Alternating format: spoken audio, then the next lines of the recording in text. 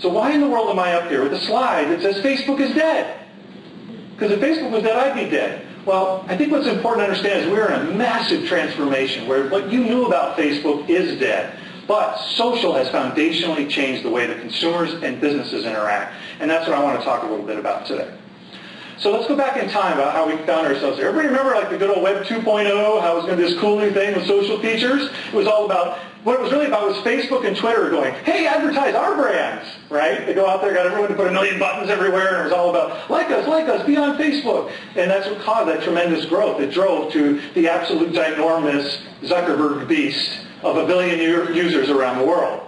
And it also became the most visited site and most time on site of any web property, eclipsing Google. Stunning when you think about that. But that's really the web of the old. What has happened since then is marketers have started to spend in this world. And what they've really done is they've realized this 1 billion people, guess what? When you get them online, you have this chance to get loyalty. You have a chance to get brand advocacy. And you get a chance to create deep bonds with your brand.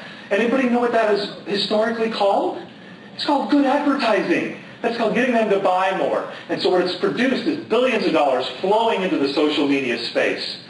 And guess what? It's not a surprise. This is happening across all kinds of different devices. There's a great study you can look up that Google just put out that talks about this shift in consumer behavior, where 90% of all media interactions are now happening on these screens, and they're not happening on any one. The good old days of a brand or any entrepreneur trying to get exposure on TV and print are gone. I mean, look at that paltry little thing down there called radio, newspapers, and magazines combined. 10% of all interactions for consumers. So that, again, you can't underestimate how substantially there's been a shift in consumers and their behavior. So how could Facebook be dead in that world if they were so dominant? Anybody remember what happened the day they opened? Up or down? Down a little bit? No. They're down half. Now why is that? We could ignore some people's attitude. It might be the greed of Wall Street put the price too high. But what also happened was there was a shift just in the year when Facebook came out on the market, where an enormous number of consumers moved to mobile devices.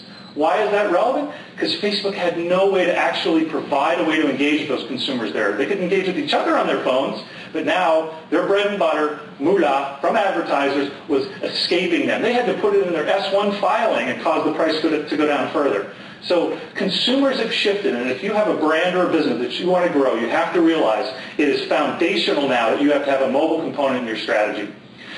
In fact, the data continues to show, you probably can't see it from your seats, but this is the total aggregate usage of global internet devices, internet-capable devices. What you'll see here is, guess what the big blue one is? Not PCs, not tablets. The big blue swap are smartphones. And as alluded to by Robert and others, you see this massive shift of usage of smartphones across the world, which means now activities that consumers take have changed. And they will continually evolve. So beware. Those tablets may be hot, the mini iPad may be hot, but the reality is the consumer has multiple devices and they're using them.